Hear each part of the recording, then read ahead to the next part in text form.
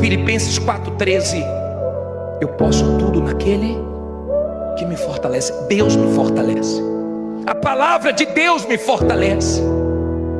Eu não sou o que falo, eu não sou o que penso. Você não é o que fulano Beltrano disse de você. Você é o que você crê. Se você crê, então você é o que você crê, acabou. Goste quem gostar, fale quem quiser. É a maneira que você se vê. Mas mesmo dando tudo errado, confie em Deus.